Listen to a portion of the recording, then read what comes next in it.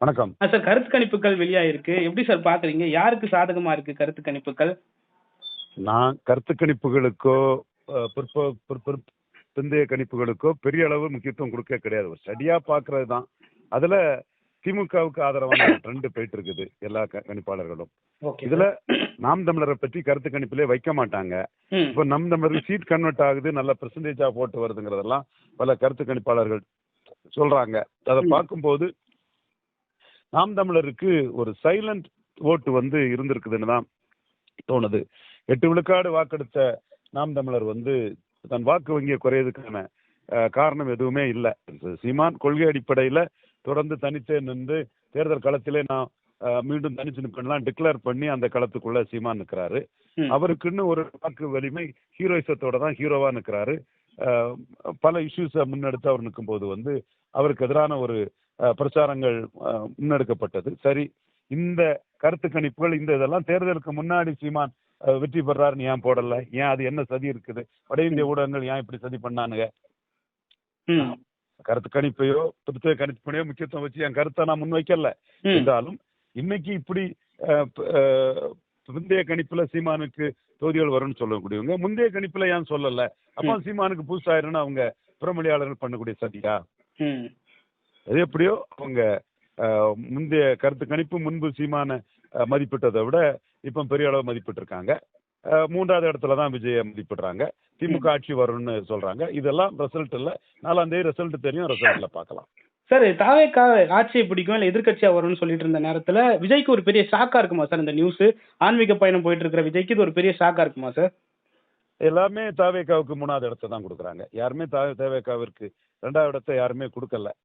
தாவேக்காவுக்கு 3வது இடத்தை தான் எல்லாரும் கொடுக்காங்கன்னு சொல்லும்போது ஒரு கட்சி 0% வரக்கூடியவங்க பெரிய கட்சிகளை எஸ்டாப்ளிஷ் கட்சி நாம் தமிழரே 8 விழுக்காடு மக்களவையில எடுத்த கட்சி ஹீரோவா தான் நிற்கிறாரு சீமான். அதை பலையனப்படுத்தி வந்துட முடியுங்கிறது இந்த பிந்தைய கருத்து கணிப்புல சாதாரண விஷயம் இல்லைன்னு காட்டுது. எனிவே அவங்க கொடுத்த ஹைப்பு, முந்தைய கருத்து கணிப்புல கொடுத்த ஹைப் எல்லாம் பிந்தைய கருத்து கணிப்புல இல்லைன்னு காட்டுது.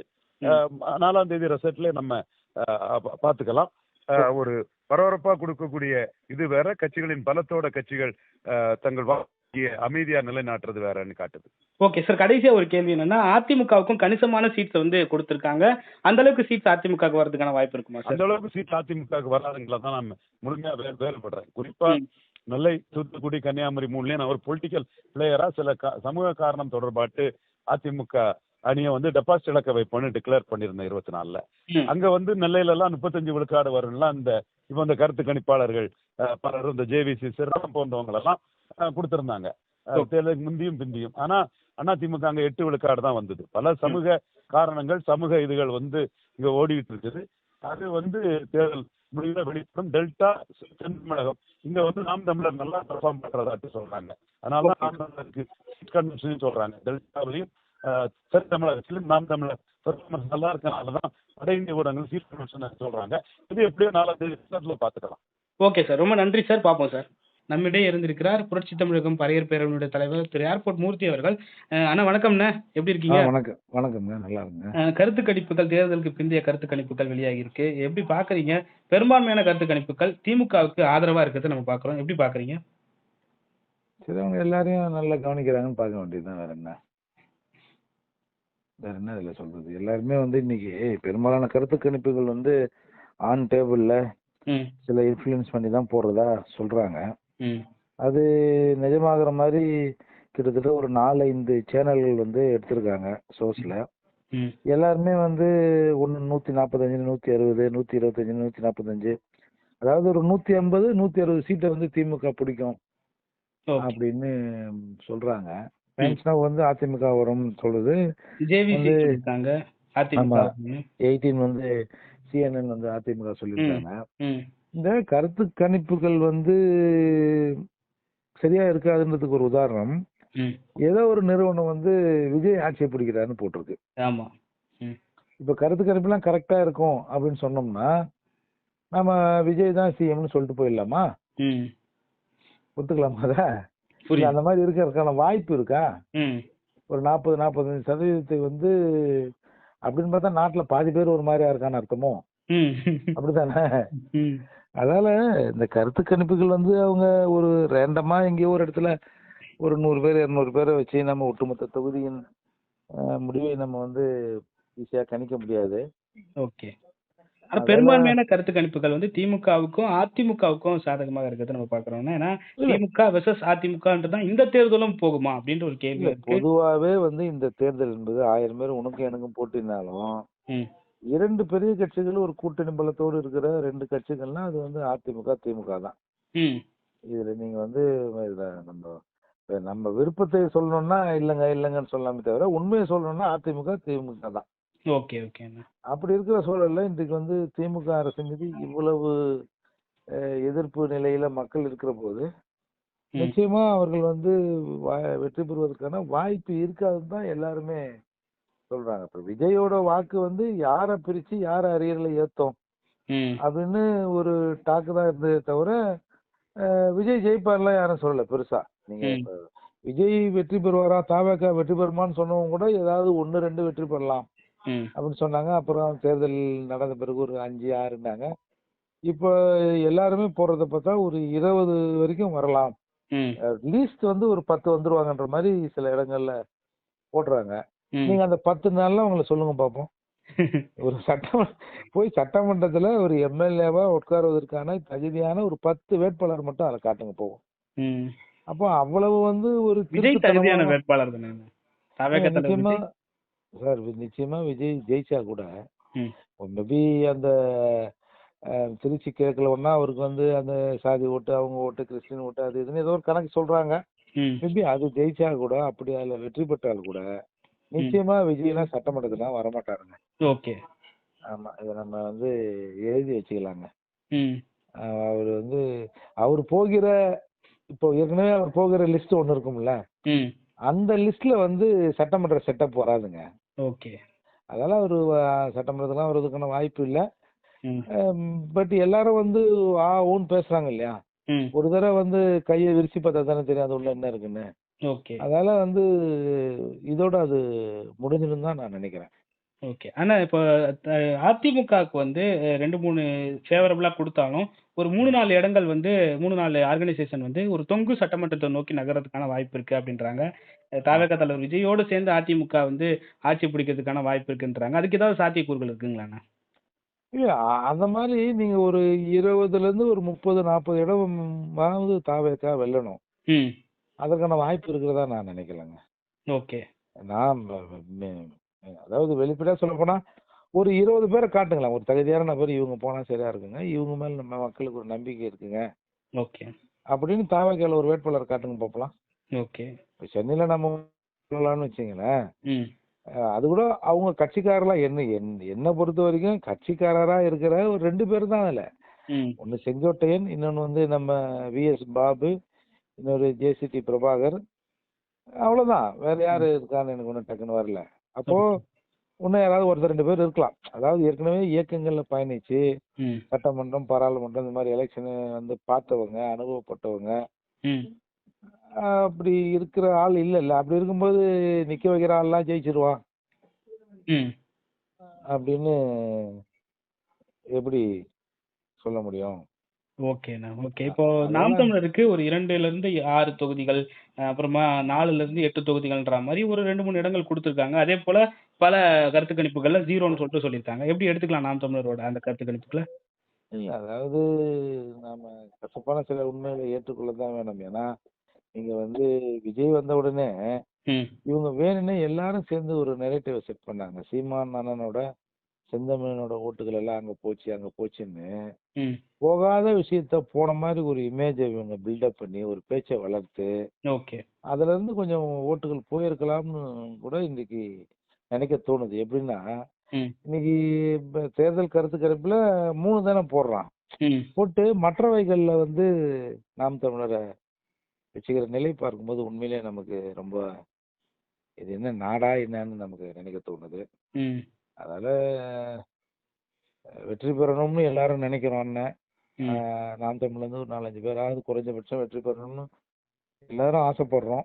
ம். அது எப்படி நடக்கும்னு தெரியலங்க. ஏன்னா இவங்க இவங்க காட்டுறது எல்லாமே 3 கட்சி தான் காட்டுறாங்க. அதிமுக, திமுக, விஜயோட கட்சி டிவிகே. அது எப்படி இப்போ நீங்க கடந்த தேர்தலாம் பாத்தீங்கன்னா அதிமுக, திமுக, நாம் தமிழர் அப்படிதான் உங்களுக்கு வந்து கருத்து கணிப்புகள் மற்ற விஷயங்கள் இப்போ தேர்தல் வெற்றி தோல்வின்னு பேசும்போது 3 கட்சியை பத்தி தான் பேசின்னு இருந்தாங்க. இன்றைக்கு வேண்டுமென்றே இவர்கள் நாம் தமிழரை புறக்கணிக்கிறார்களா என்னன்னு எனக்கு ஒன்றும் புரியல.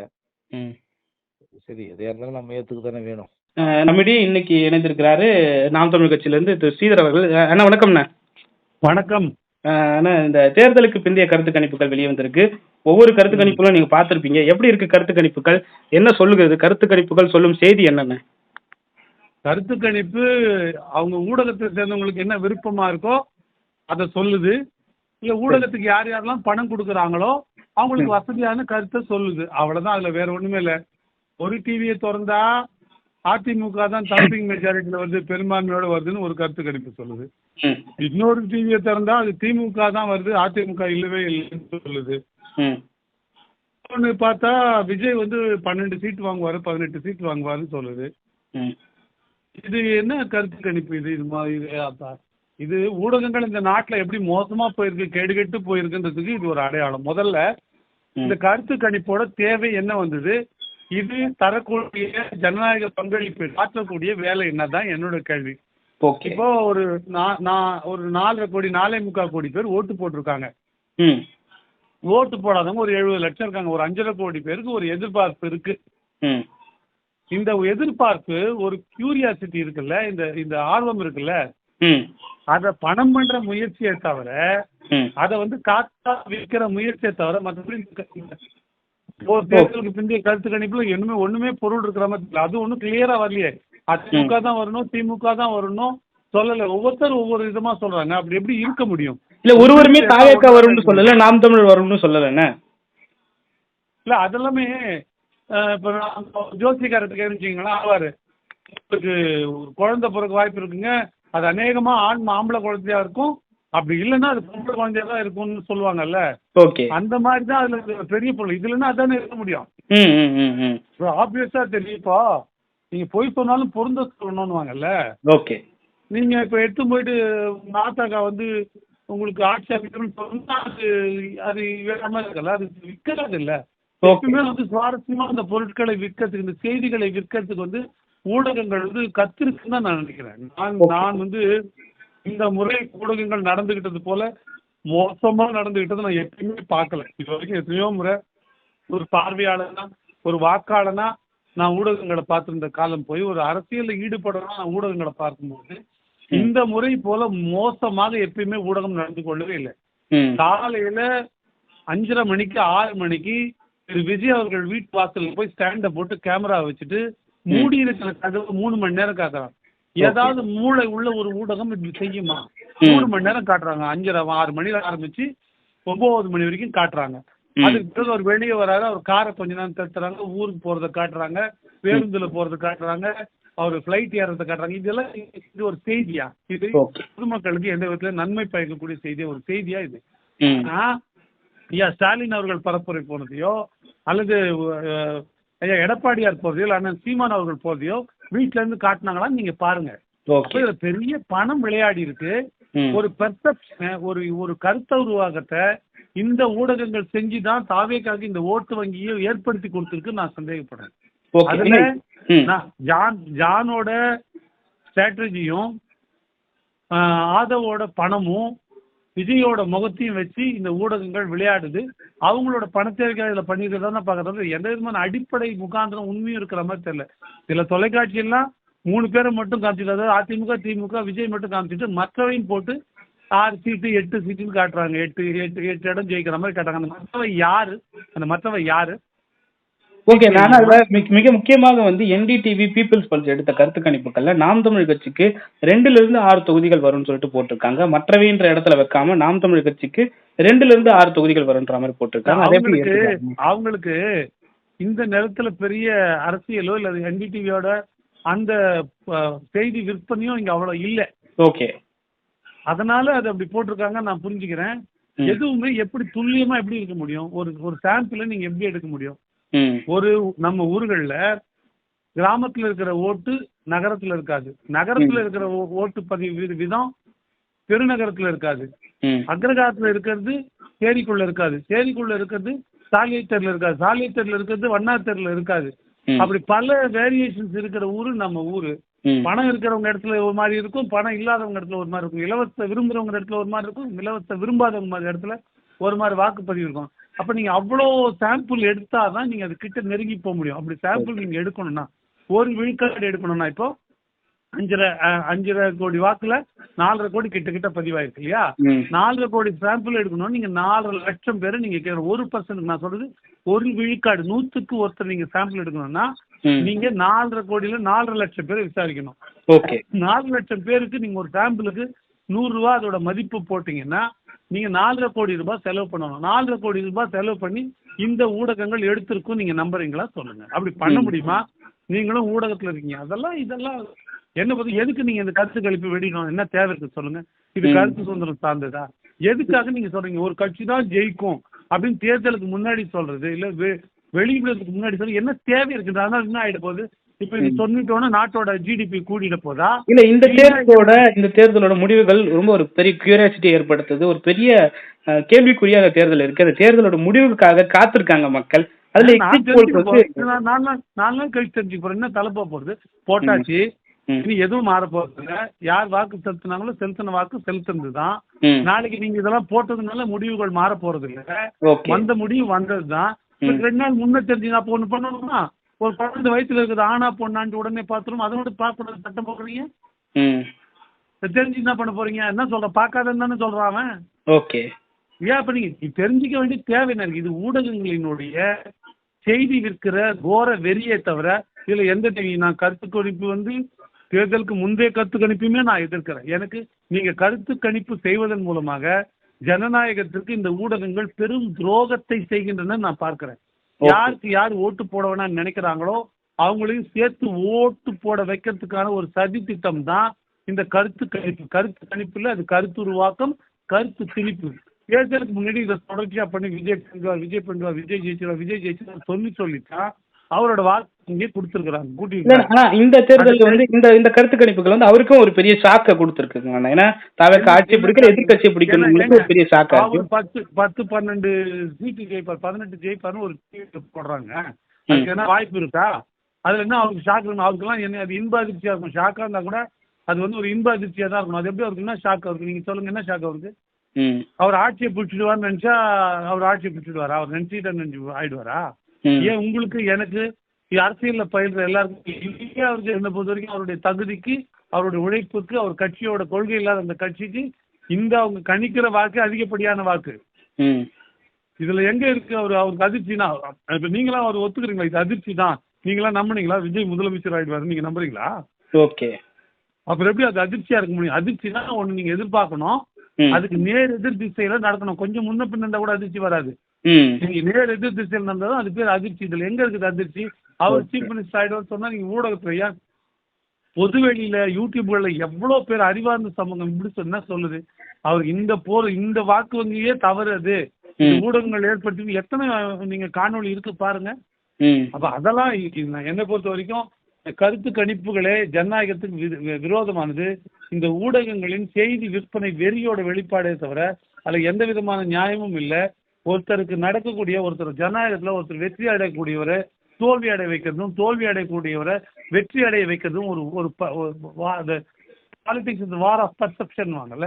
அது மாதிரி தோற்றத்தை வெறுமனே உண்டு பண்ணி ஜனநாயகத்தை சாகடிக்கிற முயற்சி தான் இந்த எல்லா கருத்து கணிப்பும். நான் அதை ஏற்பதாக இல்லை. ஒருவேளை அது நான் சொல்றேன் இந்த டிவியில சொல்றாங்கன்னா எல்லா டிவியும் அப்படி இல்லை சொன்னோம். கருத்து கணிப்பு ஒரே மாதிரி இருக்கும்னா, எங்க சரியானதா இருக்கும்னா, அறிவியல் பூர்வமா இருக்கும்னா எல்லா டிவிலையும் ஒரே மாதிரி தானே கருத்து கணிப்பு வரணும். ஏன் மாறுபடுது? நீங்க அண்டார்டிகால போய் பாருங்க, H+O2 ஒரு பங்கு ஹைட்ரஜன் 2 பங்கு ஆக்சிஜன் இருந்தா அது தண்ணி. நீங்க அங்க ஆர்டிக்ல போய் அதை செக் பண்ணாலும், பாலைவனத்துக்கு போய் செக் பண்ணாலும் இதுதான் அறிவியல். அப்படி ஏன் கருத்து கணிப்புகள் வரதில்ல? ஏன் திட்ட கூட வரல? ஒரு 8 NDTVல 8 இடங்கள்ல நாம் தமிழர் ஜெயிக்கும்னு சொல்றாரு. ஆனா தந்தி டிவியில 0 போடுறாங்களே, எப்படி போடுறாங்க? அப்ப இது எது சரி? ஆனா ஜனங்க பைத்திய மாதிரி இதை பார்த்துட்டு இருக்கிறதுக்கு வேலை பண்ணிட்டு டிவி எந்த பக்கம் அந்த பக்கம் திருப்பிக்கிட்டு இருக்கிறதுக்கு, யூடியூப்பை பார்த்துட்டு இருக்கிறதுக்கு, செல்போனை தேய்க்கிறதுக்கு உதவுமே தவிர நியாயமா என்ன உதவும்? இப்போ இது தெரிஞ்சு மட்டும் என்ன ஆகுது? What ever the result maybe, என்ன வேணா முடிவா இருக்கட்டும், தெரிஞ்சு கொள்வதன் மூலமா என்ன செய்தி அறிப்பை தவிர வேற என்ன இருக்கு தேவை? தெரிஞ்சு என்ன ஆக போகுது? இந்த 4 நாள்ல தெரிஞ்சுக்கிறதுனால இந்த ரிசல்ட் வரதுக்குள்ள ஏதாவது மாறப்போதா, இல்லை ஏதாவது செய்ய போதும்? என்னை பொறுத்த வரைக்கும் இவையெல்லாம் அபத்தத்தின் உச்சங்கள், அப்படிதான் நான் பார்க்கிறேன். தற்போது இஸ்மாயில் அவர்கள் கருத்து கணிப்புகள் குறித்து கருத்துக்களை வெளியிட நம்மோடு இணைந்திருக்கிறார். சார் வணக்கம் சார், எப்படி இருக்கீங்க? வணக்கம், நல்லா இருக்கு சார். எக்ஸிட் போல்ஸ் தேர்தலுக்கு பிந்தைய கருத்து கணிப்புகளுடைய பல்வேறு சாராம்சங்கள் வெளியாயிருக்கு. எப்படி பாக்குறீங்க? யாருக்கு சாதகமா இருக்கு? ஒரு 4-5 திமுகவுக்கு சாதகமாகவும் 2 அதிமுகவுக்கு சாதகமாகவும் இருக்கு. தாவேகாவுக்கு ஒரு பெரிய ஷாக்கா இருக்கு. எப்படி பாக்குறீங்க இது எல்லாத்தையும்? ஃபர்ஸ்ட் ஒரு விஷயம் என்னன்னா, தாவேகாவுமே வந்து இந்த தேர்தலில் 120 இடங்கள் வரைக்கும் வெல்லும் அப்படின்னு சொல்லி மை இந்தியா ஆக்சிஸ் போல் அப்படிங்கிற நிறுவனத்தினுடைய அந்த ஒரு நிறுவனம் மட்டும் தாவேகாவுக்கு 120 இடங்கள் வரும் அப்படின்னு சொல்லியிருக்கிறாங்க. இந்தியா டுடே வந்து அதை வெளியிட்டிருக்கிறாங்க. அது ஒரு குறிப்பிடத்தக்க ஒரு விஷயம். பொதுவாக வந்து இந்த opinion poll, pre opinion poll, அதுபோல் எக்ஸிட் போல், இது ரெண்டையும் பொறுத்த வரைக்கும் அந்த ப்ரீ ஒப்பீனியன் போல் வந்து ஓரளவுக்கு எல்லா நிறுவனங்களுமே களத்துக்கு போய் அதை வந்து எடுக்கிறாங்க. அதுலயுமே வந்து நிறைய தவறுகள் நடக்குது. இது எக்ஸிட் போல் அப்படிங்கிறது பாத்தீங்கன்னா பெரும்பாலும் களத்துக்கு போறாங்களா அப்படிங்கறதே ஒரு பெரிய சந்தேகமா தான் இருக்கு. ஏன்னா தமிழ்நாட்டை பொறுத்த வரைக்கும் பாத்தீங்கன்னா இது வரைக்குமே எக்ஸிட் போல் வந்து கடந்த 2011 இருந்து நம்ம எடுத்துக்கிட்டோம்னா 2011, 2016, அதே போல 2021 இந்த 3 சட்டமன்ற தேர்தல்களையும் எக்ஸிட் போல் அப்படிங்கிறது தமிழ்நாட்டை பொறுத்த வரைக்கும் ஓரளவுக்கு கூட சரியாக வந்து இல்லை அப்படிங்கறத நம்ம தெரிஞ்சுக்க முடியுது. 2011 பார்த்தீங்கன்னா கருணாநிதி அவர்கள் வந்து நிறைய நலத்திட்டங்களை வந்து கொண்டு வந்திருந்தாரு அந்த 2006 to 2011 காலகட்டத்துல. அதனால வந்து பாத்தீங்கன்னா ஜெயலலிதா அவர்களுமே ஆக்டிவ் பாலிடிக்ஸ்ல வந்து இல்ல. அதை வச்சுதான் அந்த ஒப்பீனியன் போலா இருந்தாலும் சரி, எக்ஸிட் போலா இருந்தாலும் சரி, அதை வச்சுதான் அவங்க கருத்து கணிப்புல வெளியிட்டாங்க. அது எக்ஸிட் போல்ல பாத்தீங்கன்னா 2வது முறையாக திமுக தான் ஆட்சிக்கு வரும், கிட்டத்தட்ட 180 இடங்களுக்கு மேல திமுக வந்து பிடிக்கும் அப்படிங்கிற மாதிரிலாம் அந்த எக்ஸிட் போல்ல பெரும்பாலான நிறுவனங்கள், ஆவரேஜா சொல்றேன், பெரும்பாலான நிறுவனங்கள் வந்து பாத்தீங்கன்னா 150 இடங்களுக்கு மேல திமுக கொடுத்தாங்க. ஆனா அந்த தேர்தல்ல திமுக வெறும் 31 இடங்கள் தான் அவங்க வந்து ஜெயிச்சாங்க. அதற்கு பிறகு பார்த்தீங்கன்னா 2016 தேர்தலையுமே 2வது முறையாக அதிமுக 2011 அதிமுக ஆட்சிக்கு வந்துட்டாங்க. 2016 வந்து மீண்டும் திமுக தான் வரும், அதிமுக 2வது முறையாக ஆட்சிக்கு வராது அப்படிங்கிற மாதிரி தான் பெரும்பாலான கருத்து கணிப்பு எக்ஸிட் போலுடைய முடிவுகள் வந்து அப்படிதான் இருந்துச்சு. ஆனா 2வது முறையாக ஜெயலலிதா அவர்கள் 2016 மீண்டும் வந்து ஆட்சிக்கு வந்தாங்க. 2021 பொறுத்த வரைக்கும் பார்த்தீங்கன்னு சொன்னா திமுக வந்து கிட்டத்தட்ட 200 இடங்கள் வரைக்கும் ஜெயிக்குங்கிற மாதிரி வந்து ப்ரொஜெக்ஷன் பண்ணாங்க. அதிமுக வெறும் 50 இடங்கள் தான் வெற்றி பெறும் அப்படிங்கிற மாதிரி தான் பெரும்பாலான நிறுவனங்கள் வந்து எக்ஸிட் போல் ரிசல்ட் வந்து கொடுத்தாங்க. ஆனா அந்த தேர்தலையும் வந்து அந்த மாதிரி நடக்கல. அதிமுக ஒரு பலமான எதிர்கட்சியாகத்தான் வந்தாங்க. வாக்கு சதவீதம்னு பாத்தீங்கன்னா 2 கட்சிகளுக்கு இடையில ஒரு 4% 5% வாக்குகள்லாம் வித்தியாசம் இருந்துச்சு. இவங்க வந்து இவங்களுக்கு அவங்களுக்கு இடையில அவ்வளவுதான் இருந்துச்சு வாக்கு வித்தியாசம். எனவே வந்து எக்ஸிட் போல் அப்படிங்கிறது தமிழ்நாட்டை பொறுத்த வரைக்கும் சட்டமன்ற தேர்தல்கள் இது வரைக்கும் துல்லியமா வந்து இல்ல. இந்த தேர்தலையும் பாத்தீங்கன்னா முரண்பட்ட, ஏன்னா ஒரு நிறுவனம் வந்து விஜய் டிவிக்கு 120 இடங்கள் ஜெயிப்பாங்க அப்படின்னு சொல்லி சொல்றாங்க ஒரு நிறுவனம். அதே போல நிறைய நிறுவனங்கள் வந்து 25 இடம் 18 இடங்கள்லாம் டிவிக்கே ஜெயிக்கும் அப்படிங்கிற மாதிரி சொல்றாங்க. இது வந்து இவங்க வந்து எப்படின்னா இந்த வாக்கு பெர்சன்டேஜ வந்து கால்குலேட் பண்ணி அதை சீட்டை கன்வெர்ட் பண்றாங்களோ அப்படின்னு சொல்லி தோணுது. ஏன்னா ஒவ்வொரு தொகுதியிலையும் பாத்தீங்கன்னு சொன்னா 500 ஓட்டு கம்மியா இருந்தாலும் அது தோல்விதான். ஒரு சட்டமன்றத்துல வந்து வாக்குகள் அதிகமாக இருக்கும், ஒரு சில சட்டமன்ற தொகுதியில அதாவது வாக்காளர்கள் எண்ணிக்கை குறைவா இருக்கும். இவங்க மொத்தமா வந்து கணக்கு எடுத்து அதை வந்து இவங்க வந்து சீட்டை கன்வெர்ட் பண்றாங்களோ அப்படின்னு சொல்லி தோணுது. எனவே இது துல்லியமா இருப்பதற்கான வாய்ப்புகள் இல்லை. இது யார் வெற்றி பெறாங்க தோல்வி அடைறாங்கிறது 2வது விஷயம். ஒருவேளை திமுகவே ஆட்சிக்கு வருது அப்படின்னாலுமே இவங்க சொல்ற இந்த நம்பர்ஸ் வராது. வந்தா அது மேபி 200க்கு போயிடலாம். சப்போஸ் அதிமுக வந்தாலுமே 150க்கு மேல அவங்க போகலாம். விஜயுமே கணிசமா இடங்கள் ஜெயிக்கலாம். இந்த மாதிரி தான் ஏதாவது ஒரு சைடு தான் அப்படி ஸ்விங் ஆகுமே தவிர, ஸ்வீப் ஆகுமே தவிர, இந்த மாதிரி இவங்க வந்து எப்படின்னா யாருக்கும் பாதகம் இல்லாம இருக்கணுங்கிற மாதிரி பிக்ஸ் பண்ணி இது பண்ண மாதிரி வந்து தோணுது. Okay sir. தாவேகாவுக்கு இது ஒரு பெரிய அதிர்ச்சியா இருக்காதா சார்? ஏன்னா தாவேகா ஆட்சி பிடிக்கும்னு சொல்லிட்டு எதிர்பார்த்துட்டு இருந்தாங்க. பல பத்திரிகையாளர்கள் சொன்னாங்க 10 பேர்ல 8 பேர் வந்து தாவேக்காக தான் சொல்றாங்கன்னு சொல்லிட்டு இருந்தாங்க. தாவேக்கா எதிர்க்கட்சியாவது ஒரு எதிர்பார்ப்பு தாவேக்கா தொண்டர்கள் மத்தியில இருந்தது. ஆனா இது ஒரு பெரிய ஷாக்கா இருக்காது சார் அவங்களுக்கு? இல்ல, தாவேக்காவை பொறுத்த வரைக்கும் அவங்களுக்கு வந்து இது வந்து இந்த தேர்தலுங்கிறது மிகப்பெரிய ஒரு வெற்றியாக இருக்கும்னு தான் நான் வந்து பாக்குறேன். ஏன்னா ஓட்டு சதவீதம் அவங்க சீட்டா கன்வெர்ட் ஆகுறதுங்கிறது நம்ம தமிழ்நாட்டு அரசியல்ல வந்து அது ரொம்ப ரொம்ப கஷ்டமான ஒரு விஷயம். ஓட்டு பெர்சன்டேஜ் தான் ரொம்ப முக்கியம். ஒரு கட்சிக்கு எவ்வளவு வாக்கு சதவீதம் இருக்கோ அதை வச்சு தான் அடுத்த தேர்தல்கள்ல அவங்க வந்து சீட் ஷேரிங் பண்ண முடியும். அடுத்து இந்த தேர்தலில் தாவேக்கா வந்து மிகப்பெரிய அளவுல வாக்குகள் வாங்கி அவங்க தோல்வி அடைஞ்சாலும் கூட அடுத்த தேர்தல் ஆட்டோமேட்டிக்கா மேண்டேட் வந்து அவங்களுக்கு கிடைச்சிடும். கூட்டணி கட்சிகளுமே வந்து அவங்களுக்கு வந்து விருப்பம் தெரிவிப்பாங்க. ஏன்னா இப்ப அவங்களுக்கு ஸ்ட்ரென்த் என்ன அப்படிங்கறது யாருக்கும் தெரியல. சில பேர் 5ங்கிறாங்க 10ங்கிறாங்க அப்படிங்கறதுனால இது உதிரி கட்சிகள் சின்ன கட்சிகள்லாம் போய் சேர்வதற்கு பயப்படுவாங்க, அவங்களோட பெர்சன்டேஜ் தெரியாதனால.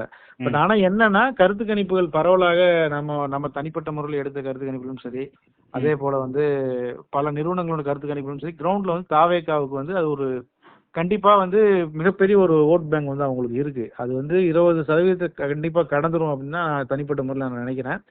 அதுவே வந்து அவங்களுக்கு வந்து ஒரு பெரிய பிளஸ் பாயிண்டா தான் இருக்கும். அது சீட்டா கன்வெர்ட் ஆனாலும் ஆகாட்டியும் அவங்களுக்கு வந்து நிச்சயமா இந்த தேர்தலில் வந்து மிகப்பெரிய அளவுல ஒரு செல்வாக்கு கிடைக்கும் அப்படின்னு தான் நான் வந்து நினைக்கிறேன். Okay sir. டைம்ஸ் நவ் போன்ற அந்த கருத்து கணிப்பு நிறுவனங்கள்லாம் வந்து அதிமுகவுக்கு ஃபேவரா இருந்தது, அதிமுகவுக்கு சாதகமா இருந்தது.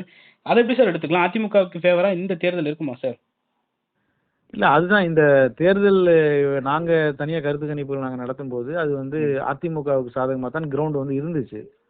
தேர்தல் வாக்குப்பதிவுக்கும் சரியா ஒரு 4-5 நாட்களுக்கு முன்பு வரைக்கும் நாங்க எடுத்த அந்த டேட்டாஸ் வந்து அதிமுகவுக்கு சாதகமா தான் கிரவுண்ட் இருக்கு. ஏன்னா விஜய் வந்து பிரிக்கக்கூடிய வாக்குகள் வந்து பெரும்பாலும் திமுக வாக்குகளை தான் விஜய் பிரிக்கிறாரு. அதிமுகவினுடைய வாக்குகள் அப்படிங்கிறது முழுக்க முழுக்க கிராமப்புறங்களை வந்து சார்ந்து இருக்கு.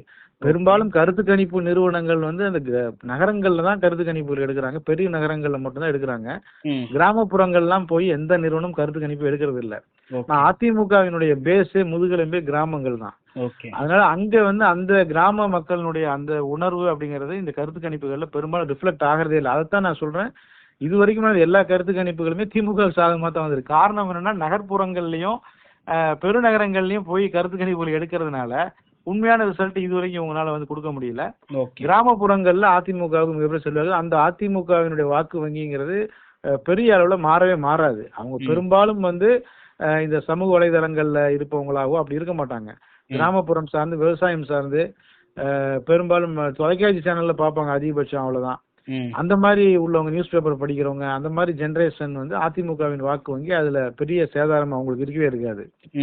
திமுகவுக்கு வந்து கடந்த தேர்தலில் வந்து பாத்தீங்கன்னா 4-5% வாக்குகள் கூடுதலாக கிடைச்சது. அதை வந்து இந்த 5%ங்கிறத வந்து கூடுதலாக கிட்டத்தட்ட 10% வரைக்குமே தாவேக்கா வந்து பிரிக்கிறாங்க. அதிமுக வாக்குகளையும் அவங்க பிரிக்கிறாங்க. ஆனா அதிகமா அவங்க பிரிக்கிற வாக்குகள்ங்கிறது திமுகவின் வாக்குகளாக தான் நமக்கு தெரிஞ்சது. அந்த அடிப்படையில தான் வந்து தாவேக்காங்கிற ஃபேக்டர் வந்து நிச்சயமா அதிமுகவுக்கு தான் சாதகமா முடியும். அது வந்து திமுகவுக்கு சாதகமா வராது அப்படிங்கிற ஒரு முடிவுக்கு வந்து நாங்களாம் வந்தோம். அதுதான் நடக்கும் நான் நினைக்கிறேன். இந்த எக்ஸிட் போல்ல பெருசா எனக்கு வந்து நம்பிக்கை இல்லை. Okay sir. மீண்டும் திமுக ஆட்சியை தக்க வைத்துக் கொள்ளும் என்று பெரும்பான்மையான எக்ஸிட் போல் சொல்லுது. எப்படி எடுத்துக்கலாம் அதை? திமுக மீண்டும் ஆட்சியை தக்க வைத்துக்கான வாய்ப்பு இருக்கா சார்? இல்ல, நேஷனல் மீடியாஸை பொறுத்த வரைக்கும் இது வரைக்கும் அவங்க நான் சொன்ன கடந்த 3 தேர்தல்களுமே அவங்க வந்து நேஷனல் லெவல்ல வரும்போது பிஜேபி தான் ஜெயிக்குங்கிற மாதிரி ப்ரொஜெக்ஷன் கொடுப்பாங்க. ஆனா நிறைய இடங்கள்ல பிஜேபி வந்து ஜெயிக்க மாட்டாங்க. 2024 கருத்து கணிப்புகளுமே வந்து 400+ பிஜேபிக்கு கொடுத்திருந்ததை நம்ம பார்த்திருக்கோம் நினைக்கிறேன் சார். அதுதான் சொல்றேன். எப்பவுமே நேஷனல் மீடியாஸ் வந்து பிஜேபிக்கு தான் கூடுதலான இடங்களை வந்து கொடுத்துட்டு வருவாங்க. தமிழ்நாடு அப்படின்னு வரும்போது மட்டும் பாத்தீங்கன்னா அப்படியே வந்து திமுகவுக்கு தான் சாதகமான கருத்து கணிப்புகள் இது வரைக்கும் வந்திருக்கு. அதான் எக்ஸாக்டா அந்த 3 கருத்து கணிப்புகளுமே நான் வந்து சொன்னேன். ஆனா அது வந்து முடிவு ரிசல்ட் வரும்போது அது பொய்யா தான் போய் முடிஞ்சிருக்கு. அதனால இந்த எக்ஸிட் போல் அப்படிங்கிறது என்னை பொறுத்த வரைக்கும் நம்பகத்தன்மை அற்றது அப்படிங்கறதான் என்னுடைய கருத்து. ஓகே சார், தொடர்ந்து பேசுவோம் சார். உங்களுடைய கருத்துக்களுக்கு ரொம்ப நன்றி சார். தொடர்ந்து பேசுவோம் சார். ரொம்ப நன்றி.